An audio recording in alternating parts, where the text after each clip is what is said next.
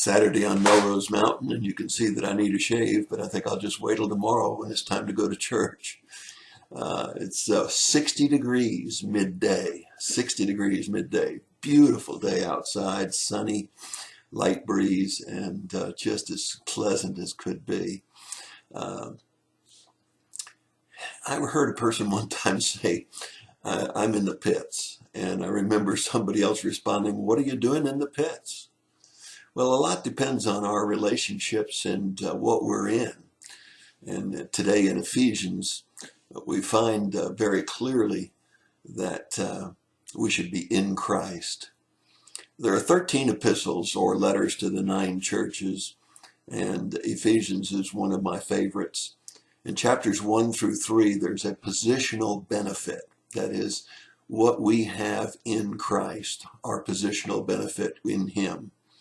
And then in verses 4 through 6, it talks about our responsibilities as a result of that relationship of being in Him.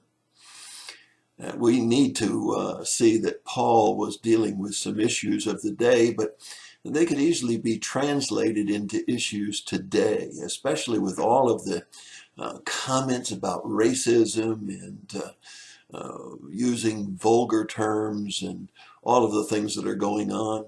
They could be applied to family relationships. They could be related to relationships within the church. But here we have a contrast between the Jew and the Gentile. And Paul is trying to deal with that. And he talks first about the Gentile and the fact that the Gentile has 5 failures. That is, that he has no faith in God. He has no relationship with Jesus. He has no citizenship in God's family. And he has no covenant given to him as the Jew does. And therefore, he has no hope. On the contrary, when you look at the Jew had a faith in God. They had a citizenship and they had a covenant. But because they had no relationship with Jesus, they had no hope. And as a result of this relationship, the Jew and the Gentile were at odds with each other. I remember my daughter took a class in religion, and the teacher was Jewish. And someplace along the line, he made the statement that all Christians hate Jews. My daughter says that absolutely is not true. My father is a pastor of a Christian church, and he loves Jews. He loves the very fact that Jesus came from the Jewish faith, and that he has a love for all people through Christ. They went on with a debate for most of the semester, and he said at the very close of the class that he was disappointed that he had never changed her opinion about the fact that Christians hate Jews. And she said she was very, very sorry that he couldn't be convinced that that was not true, that many, many Christians love Jews and love all people through Christ. So where do we pick up? We pick up in chapter 2 of the book of Ephesians. And here's what Paul says after he talks about the no hope for Gentiles and the missing of the mark by the Jews. But now in Christ Jesus, you formerly were far off.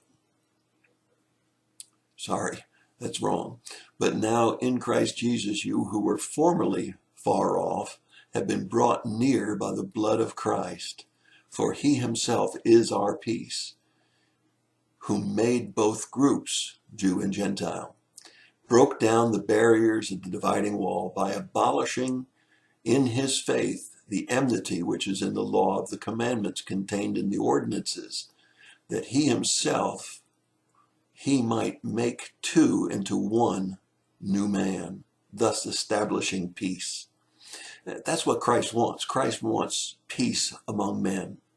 Jew or Gentile, black or white, rich or poor, doesn't matter what our color of our skin is, doesn't matter where we've been and the mistakes that we've made, but Christ wants us to be in him, and in him we can have peace with one another.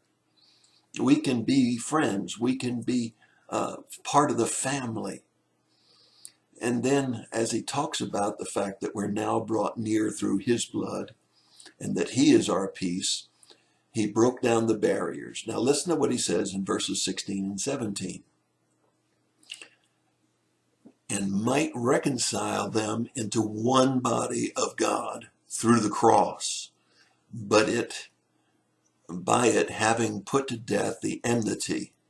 And he came and preached peace to you who were far away, and peace to those that were near.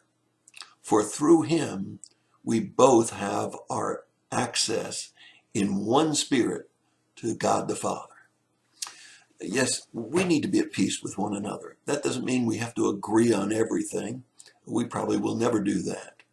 But we can be at peace with one another if we're in Christ. You see, the part that brings us together is in Christ. If a person is not in Christ, it's very difficult to be brought near. But when a person is in Christ, we automatically have a common bond, one that should be able to bridge all of our differences. I hope that today, as you think about your prejudices and your biases, that you'll remember that in Christ we can be one. So let's win everyone to Christ so that we can be one. Let's have peace by bringing people to Christ. That's your thought for the day. God bless you and have a great day.